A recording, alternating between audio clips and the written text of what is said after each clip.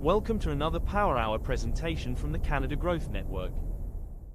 Oh, I'm going to keep this high level, but really talking about today is messaging and grant funding and how the two are closely related, and really what your brand is saying really reflects on what you're saying in a grant application. A little bit more about me. Vanessa Burns, pronoun she, her, from Vanessa Burns Grant Consulting. I am a few things. Number one, I am a bit of an adventure seeker. In 2024, I trekked around Nepal for 6 weeks. I did 3.5 weeks on the Everest Three Passes trek and got to the altitude of 20,000 feet. It was a lesson in resilience. The hike is rated 9 out of 10 out of difficulty. I did not know that until a few days before going into the trek. But I finished and I lived to tell the tale. And it was really an eye-opening experience to visit that part of the world I'd never been. And I would love to go back. On the far right, because we all like pets, is my dog Arthur, who is a border collie turning 5 in May. And he is my therapist, my employee, my roommate, everything. And I also have two lovely daughters, Olivia and Lily, who are actually 27 and 22, who are lovely adults out on their own doing the thing. The middle image I'm very, very proud of. It's the grant professional certification, accreditation. I'm basically like the CPA of the grant world. I'm one of 6 in Canada to hold this designation. So I'm very happy about that. I put that off for 3.5 years because of test anxiety, ADHD, name it. And I passed the exam, the 6-hour exam, this past December. So I was very happy about that. So I'm one of 6 accredited GPCs in Canada, and I'm also the GPC ambassador for Canada. So if anybody works in the grant field and is looking to be accredited, like a CPA or a PMP, that's what I am, and that's what I promote. All right, let's get into it. Scattered reality. What do I mean by that? Basically, what happens when people don't understand what you're trying to say? What I find when I talk to a lot of folks is I talk to a lot of people and I say to them, tell me about your business, tell me about your organization. And they can't really go on and on and on. And I'm not understanding what they're saying. And I'm really trying to get them to a point where they can succinctly talk about what they do, because honestly, they have to be clear when it comes to writing grant applications. So really, when you're not clear, you have confused folks. They don't get what you do. And they don't really want to align themselves with you. They can't champion you. They technically don't want to buy from you. And don't want to give you the money. And rejected applications are generally declined because the funder can't understand what you're trying to align yourself with in terms of funding. They're not seeing the correlation between you and what they what they want you to do with the money. So a lot of that comes from that rejected application. And the other one too is what I call the guessing game exhaustion. So really, you're putting all these applications in. We just had a case in point with the Trillium Foundation 6 times, and you're wondering, why aren't we getting the money? Why is the message not landing with a particular funder? And so really what we're going to walk through today is really on the surface is, your messaging and branding, then how does that relate into the grant space? You're kind of moving from a scattered to a more strategic way of looking at reality when it comes to grants. So when you look at your brand, was it actually so when I say to you, what is your business or what is your not-for-profit? You may think you're saying something, but when you're talking to someone, it's not coming out very clearly. So there's a little bit of a gap. You're not really building that trust, right? When it comes to what you say you do and what someone is hearing what you say you do. So you're losing that trust, which at the end of the day, you're technically losing grant funding because of that. So you really want to make sure that when you're talking about business or talking about what you do, that you drop the jargon, right? You don't use all like big words, all those acronyms, industry speak. You could be talking to someone, really someone who knows nothing about you. So you want to make sure that you're clear. Same as with a grant application. When you're doing a grant application, they don't know who you are.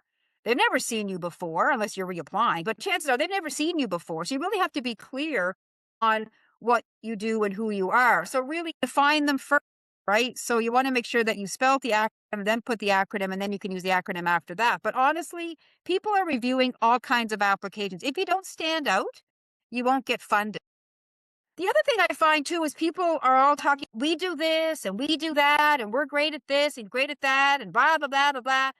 But they're not really saying what transformation are you doing? What problem are you solving? What is your, why is your solution the best solution? Not we do this, but why do you do this? And how do you do this? And how does this affect the community you're doing it in? So really, features are always over outcomes. And the same goes with, some grant applications. They want to see the transformation you're doing with your clients, not so much all these features and benefits that you're doing in your business. And then the other thing is, the everything to everyone. And I call this kind of that throw the spaghetti at the wall and hope something sticks syndrome. It's the same in grants. Everybody says, we got to apply for everything that comes our way. We got to, put all these applications in. You don't, right? You don't. You want to really appeal to those funders that you align with. And so trying to be everything to everybody doesn't work in business, and it doesn't work in the grant space either. So you really want to appeal to the audiences that you align with and that you fit with. So we need to stop throwing that spaghetti at the wall, because frankly, nothing's going to stick. You want to make sure that you're throwing, you know, low quality against the wall with good sticking power, so it will stick. So honestly, don't try and be everything to everybody, and don't try and apply for everything either, because nothing will stick at the end of the day. When it comes to saying yes, in terms of, funding and grant applications, when it comes to, you're looking at two things: the client perspective and a funder's perspective. So when you're talking about a client, the client wants a solution, right? We all have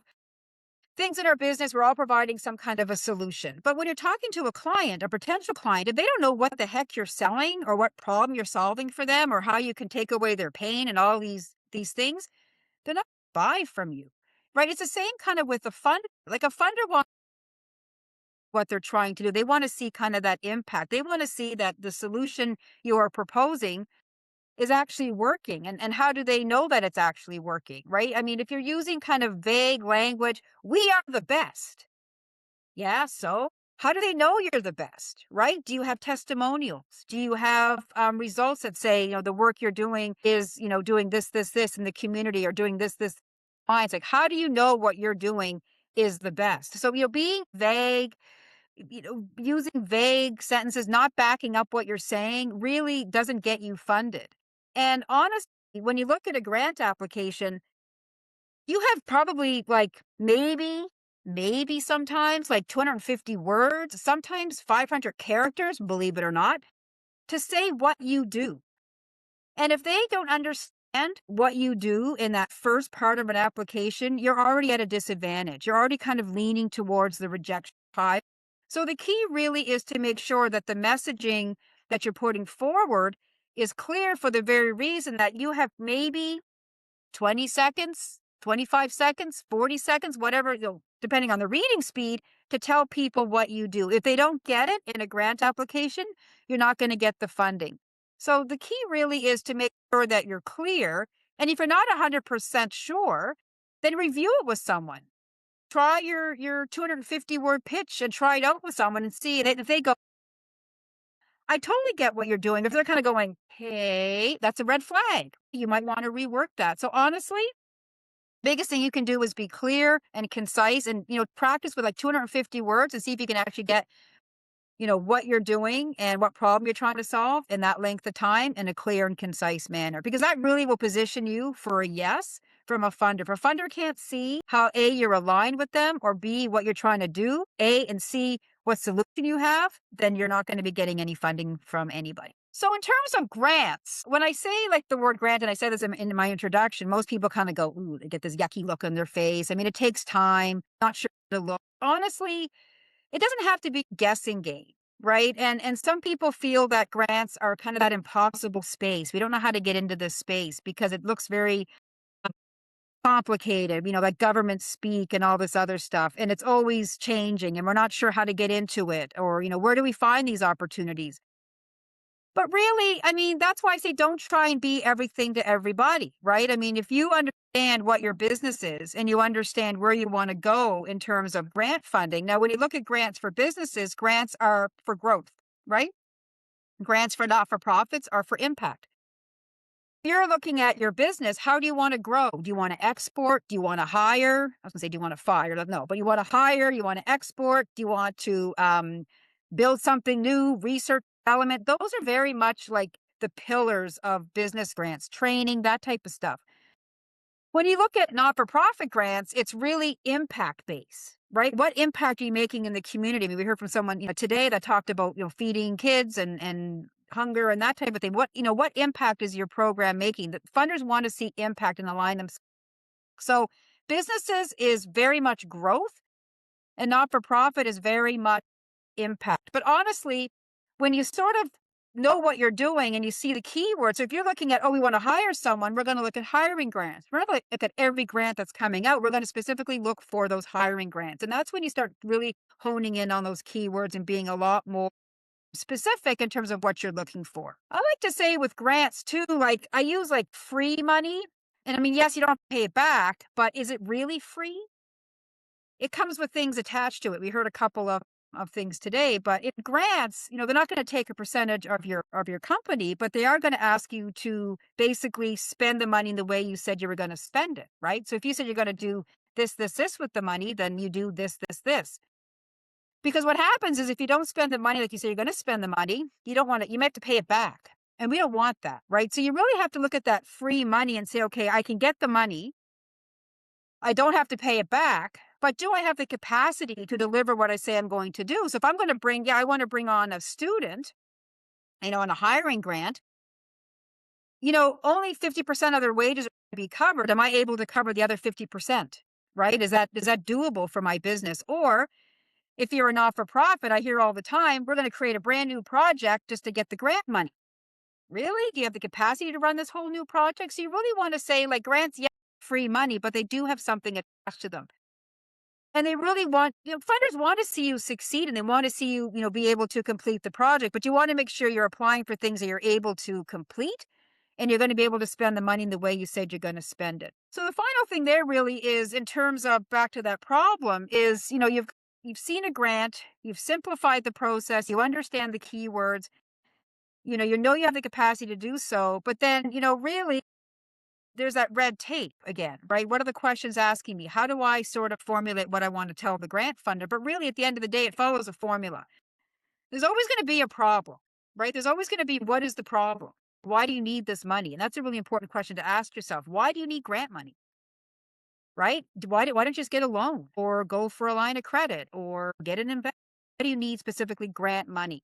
And most people go for grant money because it's kind of seen as maybe the easier way. They're out there, they're available. But you know what? There's always a lot of problems trying to get through understanding what they really want you to do. So what you have to do is really cut through that red tape of grants. And when you actually get into getting, applying for a grant is again, use that simple language. Don't make it really complicated. You don't have to be all fancy dancy and all this other stuff when you apply for grants. Keep it simple, right? Keep it on the level. Make sure that people understand what you're saying.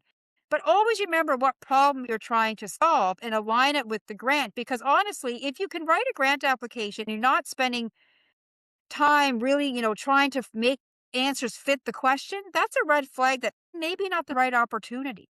If you can fit the circle into the circle, that's great. If you're trying to fit the circle into the square, not so hot. So with grants, really demystify that guessing game and make it feel like grants, yes, they are possible. We understand the landscape. We understand why we're looking for funding. We understand that, grants come with some strings attached that we have to be able to do programs and deliver what we say. But we also understand that as the applicant, we have the capability to actually, speak in plain language and let the funder understand what we're trying to do. So in that way, they will be more interested in what we're trying to do and give us money. So that's what I call kind of that demystifying the grant guessing game. Yes, grants are out there. They are a little bit complicated, but if you break down the process, it really doesn't become as a panic situation as you may have thought it was in the first place. It doesn't mean you should apply. And I like to say not every grant is a good grant and not all money is good money. Like there's people that I'll never work with, right? There's clients we will never work with. There's funders we never work with either. And honestly, the reason we say that is because you really have to you need to be a little bit selective, right? And so in this case, what I like to look at is the 3-point filter. So industry and demographic fit. Does the grant support your sector, right? Does the grant support your community? Does the grant support your business profile? And in that case, as I say, if all you leave from today is, one big tip, if you see a grant that's advertised, read the beeping guide. grant has an applicant guide. Take the time to read it. It's basically your Bible to how to fill out an application. It could be 70 pages. I've read those for clients. It could be a little blurb on their website, but every grant has a guideline. So make sure you read those. And that'll make sure, and that'll tell you if it's a fit or not, right? If it's not a fit, don't apply. Simple as that. And again, project alignment. Does your grant align with your current growth plan or potential? Does it align with what your project wants to do? Like if you have to, sway from your mission, if you have to create something just to make it fit, then that's a red flag. And honestly, funders are savvy, right? They can spot that. So really make sure that when you're looking at funding opportunities that you're able to fit what they're asking for, and you're able to deliver on what they want you to deliver. That whole alignment piece. So applicant guide and alignment, the two A's that are really, really important when it comes to grants. And then time, right? I mean, I've written grants that have taken way more time for very little. So is it worth your effort? If you're writing, for 40 hours of work for $5,000, it's probably easier to, go and get a sale, right? Honestly, like that's a lot of work. So you want to make sure that the ROI is there for grant funding and your time. So, grants do take time to apply. I mean, there are AI tools out there now to help you through applications, but there's still all the pre-work to do, right? You still have to put your ideas in place, your projects, the whole sort of why you need money type of deal. And AI is there to help you sort of craft the things. But honestly, just take a look at the ROI for the amount of time you're putting in, the amount of money you may be getting back. Is it actually worth it? And look at what the final reporting requirements are in a grant and see if it's really something you want to get into, because some of them get very, very complicated. Want to make sure that the ROI around a grant application is definitely worth your time. So in terms of next steps, 3 steps to be more clear when it comes to funding is really, take these away with you from this little presentation is refine that elevator pitch. 1 to 2 sentences. Show your impact. Test it on someone outside your industry and really, make sure they give you an honest opinion. You want to make sure you're talking to someone who's going to say, you know what? Not really clear with what you're saying, and then, giving you suggestions on how it could be clear. So don't be afraid to try it out on someone who really knows not a lot about your business or your organization. Audit your assets. I mean, funders look at your website, right? They'll look at so they ask you to list these things sometimes. And so you want to make sure that, the messaging is consistent between all platforms. Because if you're saying something on one platform, you got something over here and you got something going on over here, you want consistency. That all comes down to branding, right? You want your brand to be consistent on all platforms. So when someone is looking at an application from you, they go to your website, it's consistent. They go to your social media, it's consistent. So that's really the importance, and the words you're using and the language you're using is consistent as well. And that's for AI, garbage in, garbage out, right? You want to make sure that what you're getting, if you're using an AI tool, is actually giving you what's reflective of your business or your profit. If it's a whole different look and feel and language and the way that you're talking in words, it doesn't really jive on the rest of how your brand is looking. And funders do look at that. And then third is, I say, like to build a grant calendar. So when you start finding opportunities, start building yourself out some kind of a schedule or a calendar so you can be a little more proactive as opposed to reactive when it comes to grant opportunities. So if you see a grant that, or maybe it just closed but looked interesting, start putting it on some kind of a tracker sheet. And then you can kind of start building up your own little library of grant funding. Now, there are lots of tools you can research grants with. There's like Grant Connect, Grant Advance, Grant Station for profit side. And then on the for-profit side, you have Pocketed, which is based out of BC. You have TD Bank has a partnership with Fundica, and they have a free tool you can use. You basically put in the parameters of your business, and up pop some results you can look at in terms of grant funding. So honestly, you can get into kind of the research weeds, but at the end of the day, if you're going to start tracking, grant opportunities, then you really have to have someone who's in charge of that. So you can have all the nice tracking systems in the world, but make sure that it's either yourself or someone from your team that's really taking the time to be able to track these opportunities and think, oh yeah, the Can Export grant is open. Now it usually closes in May. I better get my application in. Canada Summer Jobs is open usually around the end of the year with the closing date, usually about December. We need to get our application in. So really, you start being a little bit, again, more proactive in terms of grants, because when you're kind of in that reactive space, then everything is like, oh my gosh, it's always a panic situation. So really the reason, I exist is that, purpose as opposed to panic is you want to be proactive as opposed to reactive when it comes to grants. So to conclude, basically, clarity is your most valuable currency when it comes to grant. If you don't have that clear brand message, you're not going that's where it's going to fall a little bit short. So to recap on what we talked about was basically you want to make sure that funders are able to understand what you do in basically the first, section of the grant, that 250 characters, whatever it is. I run an exercise in longer workshops where everybody talks for a minute. I stop a timer after a minute and I say, that's 250 words. You've gone over the word limit, right? So you want to really be concise. You want to make sure you find grants that fit, right? You want to make sure that you're applying for things that fit what you're looking to do. You're not looking to fit that circle into the square. You're looking to make sure that things align. And that was one of the words I want you to remember is alignment. Same as applicant guide, right? You find it a grant you want to apply for, read the applicant guide first. Go through everything, go through the eligibility, everything, and make sure you get that down. In terms of action, you want to make sure that you're in a position where someone's going to say yes to you. Grant writing and grants are persuasive writing, no different than selling to a client. It's the same thing. We're persuasive all the time in our business. We're persuasive all the time in not-for-profits asking for money. So you want to make sure that you're starting off on the right foot and being able to position yourself to get a yes. And remember that, funding and grants, it's a marathon. Sometimes it takes time. I mean, sometimes it may take you 6 times to get an application and someone to say yes. I always tell people you have to start somewhere, right? Put in an application. It doesn't have to be the best work you've ever done, but, start, working and playing a little bit in that space. Then, start seeing what happens. And if you get rejected, hell, I get rejected. I've been rejected 4 times in one day. I'm a professional, right? I mean, don't worry about rejection. It happens, but learn from rejection and try and figure out, maybe I'm not aligning myself properly, right? Maybe there's something missing that I'm not sure of. But honestly, it's a marathon, not a sprint. If you think about funding and you want to get into the space, get started, but have the expectation that it may take you a little bit to ramp up.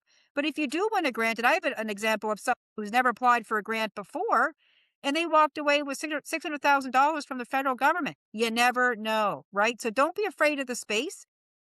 Be proactive instead of reactive, and let's change it from, being a panic situation to being a more purposeful situation when it comes to grants. That's my LinkedIn profile where I'm very active, and I also have a Calendly link there, and I like to always offer folks a 30-minute conversation with myself if you want to explore things a little bit further or have any questions about the grant space. Thank you for watching. We host a free-to-attend session every Monday from 1 to 2 p.m. Eastern.